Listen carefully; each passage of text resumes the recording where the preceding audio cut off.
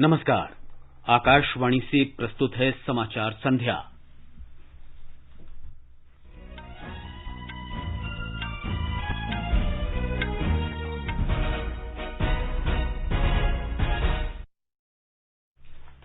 देश में कोविड-19 मरीजों के स्वस्थ होने की दर लगभग 75% हुई।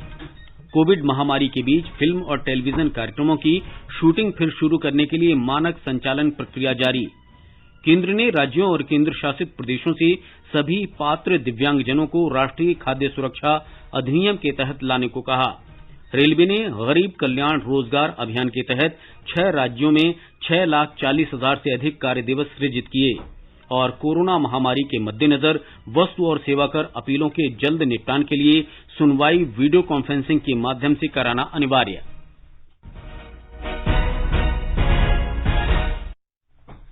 समाचार संध्या के साथ मैं मुकेश कुमार और मेरे साथ हैं मेरी सहयोगी नईम अख्तर। देश में कोरोना संक्रमित लोगों की तुलना में लगभग 16 लाख अधिक मरीज स्वस्थ हो चुके हैं। केंद्रीय स्वास्थ्य और परिवार कल्याण मंत्रालय ने कहा है कि कोविड रोगियों की संख्या कुल संक्रमित मरीजों के 23.24% रह गई है। कोविड मृत्यु दर भी दुनिया के अन्य देशों की तुलना में घटकर 1.86% पर आ गई है। मंत्रालय ने कहा है कि केंद्र सरकार की कोविड जांच, मामलों की निगरानी और उपचार के व्यापक तथा प्रभावी प्रबंधन की वजह से ही ये संभव हो सका है। स्वास्थ्य मंत्रालय ने कहा है कि कोविड-19 से स्वस्थ होने वालों की दर 75% के करीब पहुंच चुकी है। पिछले 24 घंटे के दौरान लगभग 58,000 लोग स्वस्थ हुए हैं। इसके साथ ही स्वस्थ होने वालों की संख्या 22,80,000 से ज्यादा हो गई है। देश में कोविड जांच के लिए बड़ा नेटवर्क बन चुका है और कुल 3 करोड़ 50 लाख से अधिक जांच की जा चुकी हैं। प्रति 10 लाख आबादी पर जांच की संख्या 25,574 हो गई है। देश में इस समय कुल 1,515 कोविड जांच प्रयोगशालाएं हैं, जिनमें से 983 सरकारी और 532 निजी प्रयोगशालाएं हैं। स्वास्थ्य मंत्री डॉक्टर हर्षवर्धन ने कहा है कि देश इस वर्ष के अंत तक कोरोना संक्रमण से बचाव के लिए वैक्सीन विकसित कर लेगा। उन्होंने बताया कि कोविड-19 से बचाव के लिए देश में बन रही 3 में से 1 वैक्सीन मानव परीक्षण के तीसरे दौर में पहुंच चुकी है। दुनिया के अंदर करीब 26 ऐसे वैक्सीन कैंडिडेट्स हैं जो कि क्लिनिकल ट्रायल्स के फेजेज में पहुंच गए हैं। 139 इसके अलावा भी हैं जो अलग अलग स्तर पर प्री क्लिनिकल ट्रायल्स में काम कर रहे हैं। और भारत के अंदर जो कैंडिडेट्स थोड़ा सा ज्यादा आगे बढ़ गए हैं, उनकी संख्या लगभग आधा दर्जन के करीब है। उसमें से भी 3 जो है वो विशेष रूप से क्लिनिकल ट्रायल्स के first phase, second phase, third phase तक पहुंच गए हैं। और मैं पूरा विश्वास है कि इसी साल के अंदर उनके रिजल्ट्स देश के और दुनिया के सामने आएंगे और हमें सफलता भी इसमें मिलेगी। राष्ट्रीय कार्यदल के प्रमुख डॉक्टर वीके पॉल ने कहा है कि कोविड-19 की वैक्सीन की परीक्षण के तीसरे दौर के परिणाम उत्साहजनक हैं। डॉक्टर पॉल ने कहा कि अन्य 2 वैक्सीन फिलहाल चिकित्सकीय परीक्षण के पहले और दूसरे चरण में हैं। केरल में कोरोना वायरस के आज 1,908 नए मरीज मिले, जबकि 1,110 लोग ठीक भी हुए।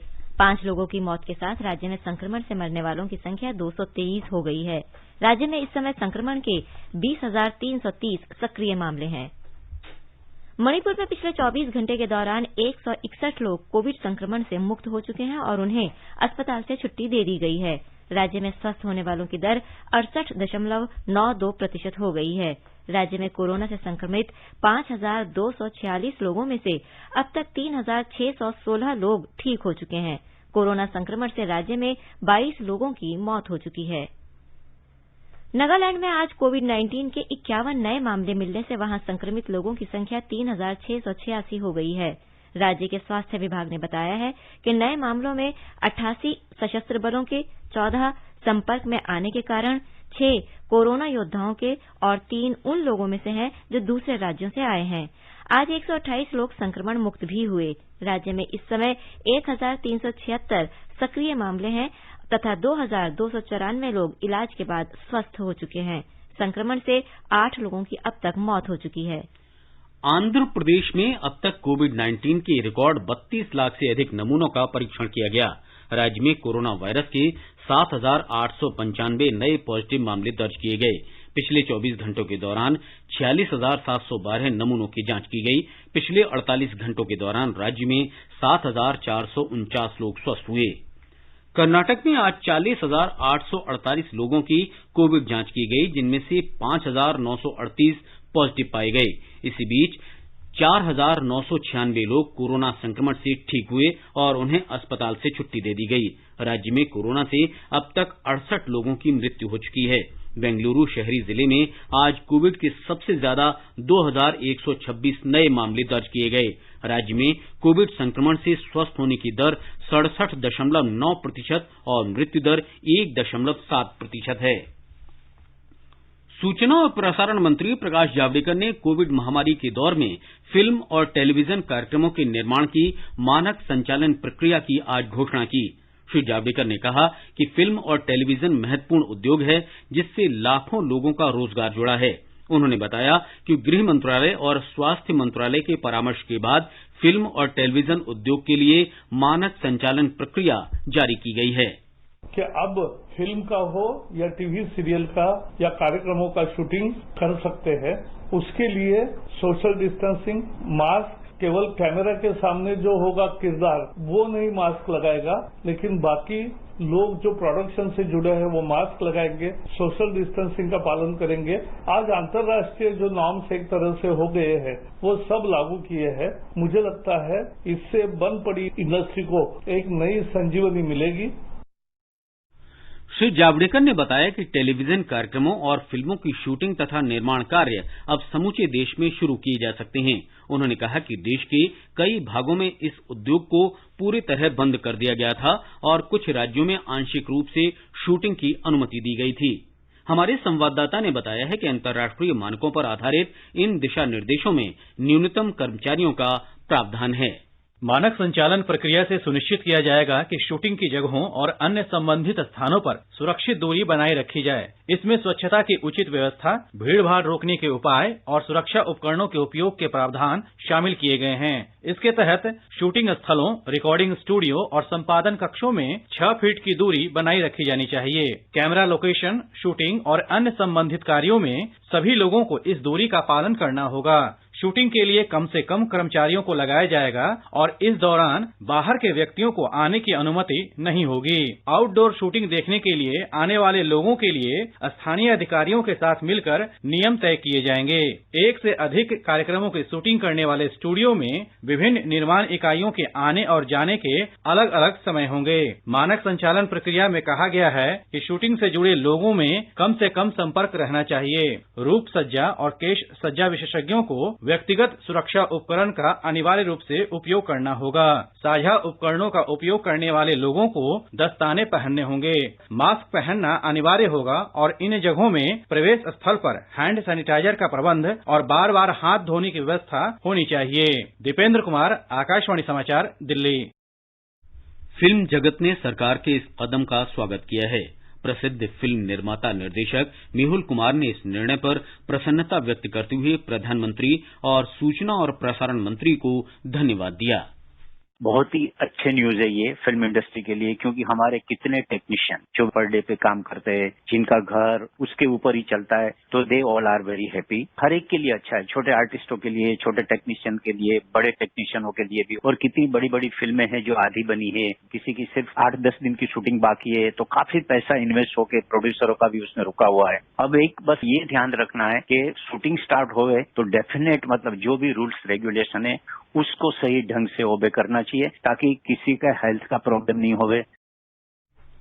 ये समाचार हमारी वेबसाइट newsonair.com/hindi और हमारे mobile app news on AIR पर भी उपलब्ध हैं।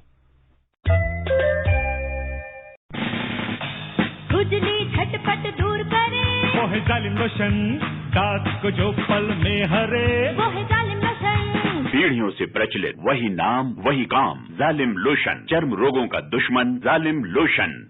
सामान पैक कर दिया है, अपना ख्याल रखिएगा। और आप यहाँ परिवार का, माँ को अस्पताल लेके जाना है। और पैसे? अरे मैं ही तो जा रहा हूँ शहर, माँ का आयुष्मान भारत कार्ड तो यहीं छोड़े जा रहा हूँ ना। तो इससे यहाँ भी मुफ्त इलाज मिलेगा? यही तो खूबी है इस योजना की। मन की बात में प्रधानमंत्री जी ने भी तो बताया था। लो तुम भी सुन लो। आयुष्मान भारत योजना के साथ एक बहुत बड़ी विशेषता पोर्टेबिलिटी की सुविधा भी है। पोर्टेबिलिटी ने देश को एकता के रंग में रंगने में भी मदद की है। यानी बिहार का कोई गरीब अगर चाहे तो उसे कर्नाटका में भी वही सुविधा मिलेगी जो उसे अपने राज्य में मिलती है। भारत सरकार की आयुष्मान भारत पीएम जय योजना दे रही है देश के 50 करोड़ से अधिक लोगों को प्रति वर्ष रुपए 5 लाख तक का मुफ्त इलाज। योजना के तहत लाभार्थियों के लिए कोविड-19 की जांच और इलाज मुफ्त है। 14555 पर कॉल कर योजना में अपना नाम जानिए और ई कार्ड बनवाने के लिए नजदीकी CSC केंद्र या सूचीबद्ध सरकारी या प्राइवेट अस्पताल जाएं। आयुष्मान भारत की छांव शहर हो या गाँव। लो राधा, बारिश से बचने के लिए छाता तो मैं ले आई। डेंगू और चिकनगुनिया से बचने का उपाय वो कौन करेगा? ये तो किसी ने बताया ही नहीं। मैं बताती हूँ। पानी से भरी टंकियों व बर्तनों को अच्छी तरह ढक कर रखें। हर सप्ताह कूलर को खाली करके सुखाकर दोबारा भरें। घर व आसपास टूटे बर्तन, डिब्बे, टायर इत्यादि में पानी जमा न होने दें। मच्छरों के काटने से बचने के लिए कॉइल, क्रीम, मशीन आदि का प्रयोग करें। डेंगू के मच्छर दिन में काटते हैं, इसलिए पूरे शरीर को ढकने वाले कपड़े पहने। बुखार हो तो डॉक्टर की सलाह ले। समझ गयी? हाँ समझ गयी, और अब दूसरों को भी बताऊंगी। ये कुछ आसान उपाय अपनाएं, डेंगू चिकनगुनिया को दूर भगाएं। स्वास्थ्य एवं परिवार कल्याण मंत्रालय, भारत सरकार द्वारा जनहित में जारी। समाचार संध्या में आपका फिर स्वागत है। केंद्र शासित प्रदेश जम्मू कश्मीर में जम्मू के ग्रामीण, विशेषकर गरीबी रेखा के नीचे रहने वाले परिवार कुछ महीने पहले बहुत परेशान थे क्योंकि वो लॉकडाउन के दौरान बहुत कठिन समय का सामना कर रहे थे। प्रधानमंत्री गरीब कल्याण योजना ने न केवल उन्हें कठिन परिस्थितियों से बाहर निकाला बल्कि उनमें कोविड-19 की मानक संचालन प्रक्रिया का प्रभावी ढंग से पालन करते हुए कोरोना महामारी से लड़ने का आत्मविश्वास भी जगाया। डोडा जिले के भदरवाह इलाके में द्राधु और गुटासा पंचायतों के गरीबी रेखा से नीचे रहने वाले 70% निवासी ज्यादातर दिहाड़ी मजदूर हैं और छोटे कृषि कार्यों पर निर्भर हैं। इन दिनों उनके चेहरों पर खुशी की चमक है। यहाँ के सभी निवासी लॉकडाउन के दौरान उनकी जरूरतों पर ध्यान देने तथा मदद को हाथ बढ़ाने के लिए प्रधानमंत्री नरेंद्र मोदी का आभार व्यक्त कर रहे हैं। ऐसी ही एक लाभार्थी। मेरा नाम सुषमा देवी है। मैं द्रोडू गांव से रहने वाली हूँ। प्रधानमंत्री जी का शुक्रिया अदा करते हैं हम कि उन्होंने बहुत सारे गरीबों की मदद की। हमें बहुत सारे बेनिफिट मिल रहे हैं, जैसे 500 हमारे अकाउंट में आ रहा है, उसके साथ हम थोड़ा अपना घर चला रहे हैं। जैसे 2000 आ रहा था, बहुत मुश्किल हो रही थी महामारी में, राशन भी हमें मिला। Jammu Kashmir AIDS control society ने धर्म गुरुओं को कोविड-19 के प्रसार में उनकी भूमिका के बारे में जागरूक करने के लिए औपचारिक रूप से एक सूचना तथा शिक्षा संचार IEC अभियान शुरू किया है। ये धर्मगुरु लोगों को सरकार द्वारा जारी किए गए मानक संचालन प्रक्रिया और दिशा निर्देशों का सख्ती से पालन करने के लिए प्रेरित करेंगे। केंद्र शासित प्रदेश में यह अभियान वित्तीय आयुक्त के निर्देश पर शुरू किया गया है। केंद्र शासित प्रदेश लद्दाख में कोविड-19 महामारी अपने पैर फैला रही है। वहां संक्रमण को रोकने के लिए प्रशासन ने हर संभव प्रयास शुरू कर दिए हैं। लद्दाख में बाहरी लोगों के आने के साथ ही संक्रमण का प्रसार भी बढ़ गया है। असम में 400 से अधिक लोगों ने प्लाज्मा दान किया है। राष्ट्रीय स्वास्थ्य मिशन के निदेशक डॉक्टर S लक्ष्मणन ने आकाशवाणी को बताया कि अब तक लगभग 500 यूनिट प्लाज्मा कोविड मरीजों को दिया जा चुका है। उन्होंने बताया कि असम में प्लाज्मा दान करने के लिए 5 केंद्र बनाए गए हैं। कोरोना से ठीक हुआ व्यक्ति कुछ निर्धारित शर्तों के साथ 28 दिन के बाद प्लाज्मा दान कर सकता है। किसी कोविड मरीज को जब वो मॉडरेट से सीवियर सिचुएशन में है, timely plasma therapy is found to be effective and helpful. Considering the ICMR guidelines, हम पहले सिम्टोमेटिक कोविड-19 पॉजिटिव केसेस को बुला के उनका टेस्टिंग करवाते हैं कि वो RT-PCR नेगेटिव हो। उसके बाद उनका ब्लड में और सीरम में कितना एंटीबॉडी है, इसका एंटीबॉडी टाइटर देखने के बाद उस प्लाज्मा को कलेक्ट किया जाता है प्लाज्मा फेरेसिस से, और वो प्लाज्मा जिस मरीज के लिए देने की जरूरत है वो देख के पेशेंट का कंसर्न लेके ये प्लाज्मा उनको दिया जाता है। असम में अब तक 67,000 से अधिक व्यक्ति ठीक हो चुके हैं। डॉक्टर लक्ष्मणन ने कहा कि गुवाहाटी में आज से थर्ड पार्टी सीरो सर्वे शुरू हो गया है। इसके दायरे में 7 अन्य राज्यों को भी लाया जाएगा। समाज में कितने लोग असिम्टोमेटिक होने के बावजूद, टेस्टिंग नहीं करने के बावजूद कोविड पॉजिटिव ऑलरेडी हो चुके हैं, ये जानने के लिए serological survey, presence of antibody in the blood, ये टेस्ट करने के लिए ICMR असम में भी उनका सर्वे कर रहे हैं। असम में 3 जिलों में उनका सर्वे चल रहा है ताकि असम में केस कितना हो इसके ऊपर प्लानिंग कर पाए। आकाशवाणी का समाचार सेवा प्रभाग आज अपने फोन इन कार्यक्रम में कोविड-19 पर विशेष परिचर्चा प्रसारित करेगा। अखिल भारतीय आयुर्विज्ञान संस्थान के डॉक्टर पीयूष रंजन इस परिचर्चा में भाग लेंगे। श्रोता टोल फ्री नंबर 1800-11-5767 पर फोन कर विशेषज्ञ से सीधे सवाल पूछ सकते हैं। हमारे लैंडलाइन नंबर 011-2331-4444 पर भी सवाल पूछे जा सकते हैं। Twitter handle @AIR News Alerts पर भी #AskAIR के साथ सवाल पोस्ट किए जा सकते हैं। आकाशवाणी समाचार से बातचीत में नई दिल्ली के अखिल भारतीय आयुर्विज्ञान संस्थान एम्स में मनोरोग विभाग की प्रोफेसर डॉक्टर नंद कुमार ने लोगों को घरों में रहने, अपने परिवार के सदस्यों के साथ समय बिताने और योगाभ्यास करने की सलाह दी है। Stay at home, spend time with the family, do household work, exercise, listen to music, sing with the family, do yoga, meditation and take care of emotional needs of the family. AIIMS के ही संक्रमण रोग विभाग की doctor Anvita Agarwal ने सलाह दी है कि लोगों को लापरवाही नहीं बरतनी चाहिए और अपने घरों में ही रहना चाहिए। Coronavirus may be invisible, but the number of people affected are very much visible, and the numbers are increasing from day to day. Don't be negligent. Please stay at home. आगे बढ़ने से पहले मुख्य समाचारों पर एक नजर। देश में कोविड-19 मरीजों के स्वस्थ होने की दर लगभग 75% हुई। कोविड महामारी के बीच फिल्म और टेलीविजन कार्यक्रमों की शूटिंग फिर शुरू करने के लिए मानक संचालन प्रक्रिया जारी। केंद्र ने राज्यों और केंद्र शासित प्रदेशों से सभी पात्र दिव्यांगजनों को राष्ट्रीय खाद्य सुरक्षा अधिनियम के तहत लाने को कहा। रेलवे ने गरीब कल्याण रोजगार अभियान के तहत 6 राज्यों में 6,40,000 से अधिक कार्य दिवस सृजित किए। और कोरोना महामारी के मद्देनजर वस्तु और सेवा कर अपीलों के जल्द निपटान के लिए सुनवाई वीडियो कॉन्फ्रेंसिंग के माध्यम से कराना अनिवार्य। केंद्र सरकार ने राज्यों और केंद्र शासित प्रदेशों को पत्र लिखकर सभी पात्र दिव्यांगजनों को राष्ट्रीय खाद्य सुरक्षा अधिनियम 2013 के अंतर्गत लाने को कहा है। खाद्य और सार्वजनिक वितरण विभाग ने कहा है कि सभी पात्र दिव्यांगजनों को राष्ट्रीय खाद्य सुरक्षा कानून और प्रधानमंत्री गरीब कल्याण योजना के तहत निर्धारित कोटे का खाद्यान्न उपलब्ध कराया जाए। जिन लोगों को इस योजना के अंतर्गत अभी तक शामिल नहीं किया गया है, उनके लिए पात्रता के आधार पर नए राशन कार्ड बनाए जाएं। कमजोर वर्ग को लाभ देने के लिए अंत्योदय अन्न योजना के लाभार्थियों में दिव्यांगजनों को शामिल करना आवश्यक है। सरकार का आत्मनिर्भर भारत पैकेज उन लोगों के लिए है जो राष्ट्रीय खाद्य सुरक्षा अधिनियम या राज्यों के सार्वजनिक वितरण कार्ड के अंतर्गत शामिल नहीं किए गए हैं। आत्मनिर्भर भारत पैकेज में उन दिव्यांगजनों को भी लाभ मिलेगा जिनके पास राशन कार्ड नहीं है।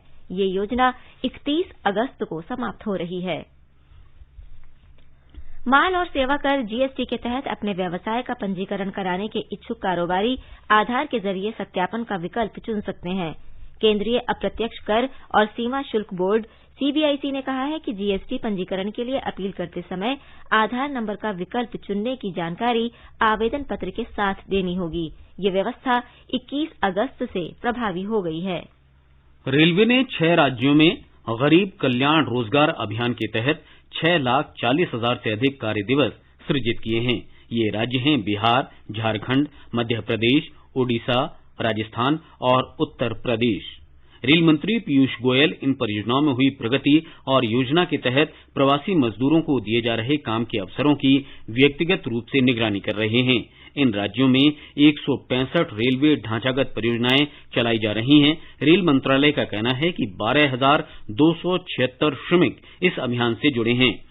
कोविड-19 से प्रभावित बड़ी संख्या में अपने गृहनगर लौटने वाले प्रवासी श्रमिकों के लिए आजीविका के अवसर उपलब्ध कराने के लिए प्रधानमंत्री नरेंद्र मोदी ने इस साल जून में गरीब कल्याण रोजगार अभियान के नाम से रोजगार सहित ग्रामीण लोक निर्माण अभियान की शुरुआत की थी। इसके तहत टिकाऊ ग्रामीण बुनियादी ढांचे के निर्माण के लिए 50,000 करोड़ रुपए की राशि खर्च की जाएगी। केंद्रीय अप्रत्यक्ष कर और सीमा शुल्क बोर्ड सीबीआईसी ने वस्तु और सेवा कर अपीलों को जल्द निपटाने के लिए वीडियो कॉन्फ्रेंसिंग के माध्यम से सुनवाई कराने को कहा है। प्रधान मुख्य आयुक्तों को लिखे इस पत्र में बोर्ड ने कहा कि इस बारे में मिली प्रतिक्रिया से पता चला है कि इस कदम से अपीलीय मामलों को जल्द निपटाने में काफी मदद मिलेगी। बोर्ड ने अपील आयुक्त तथा विभिन्न प्राधिकारियों द्वारा सीजीएसटी और आईजीएसटी से संबंधित मामलों की सुनवाई वीडियो कॉन्फ्रेंस से करना अनिवार्य बनाने का फैसला किया है। बोर्ड का कहना है कि इस पहल से सभी हितधारकों को सुविधा होगी। बोर्ड ने जीएसटी अपीलों की वर्चुअल सुनवाई के लिए दिशा निर्देश भी जारी किए हैं।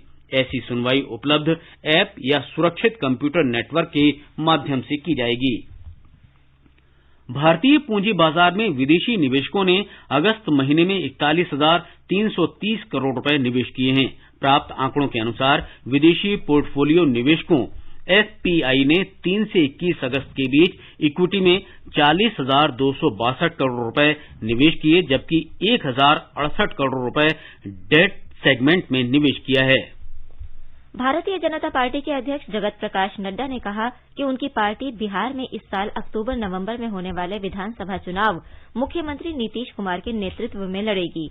श्री नड्डा ने वीडियो कॉन्फ्रेंस के जरिए बिहार कार्यकारिणी को संबोधित करते हुए कहा कि राज्य में भाजपा, जनता दल यूनाइटेड और लोक जनशक्ति पार्टी का गठबंधन बरकरार है और तीनों दल मिलकर चुनाव लड़ेंगे। भारतीय जनता पार्टी, जनता दल यूनाइटेड और इसके साथ साथ लोक जनशक्ति पार्टी सब मिलकर के चुनाव लड़ेंगे और यशस्वी होंगे। भाजपा अध्यक्ष ने कहा कि विपक्ष के पास न तो विचारधारा है और न ही लोगों की सेवा करने की इच्छा है। श्री नड्डा ने इस अवसर पर प्रधानमंत्री के आत्मनिर्भर भारत अभियान की चर्चा करते हुए कहा कि उनकी पार्टी मखाना उद्योग, मधुबनी पेंटिंग और भागलपुर के रेशम उद्योग की प्रगति चाहती है। रक्षा मंत्री राजनाथ सिंह ने पूर्वी लद्दाख में समग्र सुरक्षा स्थिति की समीक्षा की। बैठक में पूर्वी लद्दाख में चीन के साथ सीमा विवाद के सभी महत्वपूर्ण पहलुओं पर विस्तार से चर्चा की गई। स्थिति से निपटने की आगामी रणनीति पर भी विचार विमर्श किया गया। भारत और चीन के बीच पिछले 2.5 महीने के दौरान सैन्य और राजनयिक स्तर पर वार्ता के कई दौर हुए हैं। अमेरिका के राष्ट्रपति डोनाल्ड ट्रंप ने कहा है कि अमेरिका चीन के साथ व्यापार बंद कर सकता है और अपनी अर्थव्यवस्था को उससे अलग कर सकता है। श्री ट्रंप ने कहा कि अगर चीन अमेरिका के साथ उचित व्यवहार नहीं करता है तो वो ऐसा अवश्य करेंगे। जून माह में अमेरिका के वित्त मंत्री स्टीवन म्नुचिन ने कहा था कि अगर अमेरिकी कंपनियों को चीन की अर्थव्यवस्था में निष्पक्ष और समान आधार पर प्रतिस्पर्धा की अनुमति नहीं मिलती है तो दोनों अर्थव्यवस्थाओं को अलग करना होगा। ये समाचार हमारी वेबसाइट newsonair.com/hindi और हमारे mobile app news on AIR पर भी उपलब्ध हैं। सामान पैक कर दिया है, अपना ख्याल रखिएगा। और आप यहाँ परिवार का, माँ को अस्पताल लेके जाना है। और पैसे? अरे मैं ही तो जा रहा हूँ शहर। माँ का आयुष्मान भारत कार्ड तो यहीं छोड़े जा रहा हूँ ना। तो इससे यहाँ भी मुफ्त इलाज मिलेगा? यही तो खूबी है इस योजना की। मन की बात में प्रधानमंत्री जी ने भी तो बताया था। लो तुम भी सुन लो। आयुष्मान भारत योजना के साथ एक बहुत बड़ी विशेषता पोर्टेबिलिटी की सुविधा भी है। पोर्टेबिलिटी ने देश को एकता के रंग में रंगने में भी मदद की है। यानी बिहार का कोई गरीब अगर चाहे तो उसे कर्नाटका में भी वही सुविधा मिलेगी जो उसे अपने राज्य में मिलती है। भारत सरकार की आयुष्मान भारत पीएम जय योजना दे रही है देश के 50 करोड़ से अधिक लोगों को प्रति वर्ष रुपए 5 लाख तक का मुफ्त इलाज। योजना के तहत लाभार्थियों के लिए कोविड-19 की जांच और इलाज मुफ्त है। 14555 पर कॉल कर योजना में अपना नाम जानिए और ई कार्ड बनवाने के लिए नजदीकी सीएससी केंद्र या सूचीबद्ध सरकारी या प्राइवेट अस्पताल जाएं। आयुष्मान भारत की छांव शहर हो या गांव।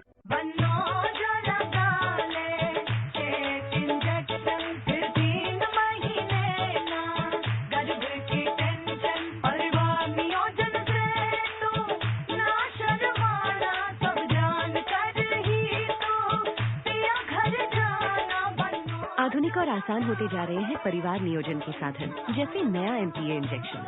फोन करें और पाएं परिवार नियोजन से जुड़ी हर जानकारी। जोड़ी जिम्मेदार जो प्लान करे परिवार। स्वास्थ्य एवं परिवार कल्याण मंत्रालय, भारत सरकार द्वारा जनहित में जारी। ये आकाशवाणी है। प्रधानमंत्री नरेंद्र मोदी ने आज अपने इंस्टाग्राम पेज पर एक वीडियो साझा किया है।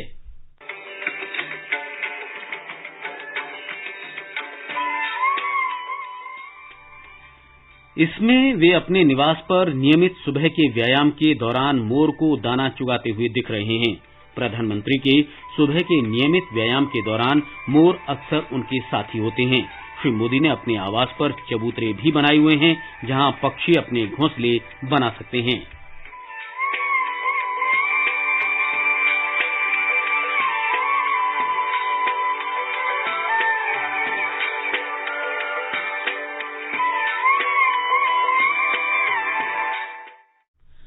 भारत की धाविका दुती चंद ने कहा है कि अर्जुन पुरस्कार के लिए उनके चयन से ओलंपिक क्वालिफिकेशन को हासिल करने की प्रेरणा मिलेगी।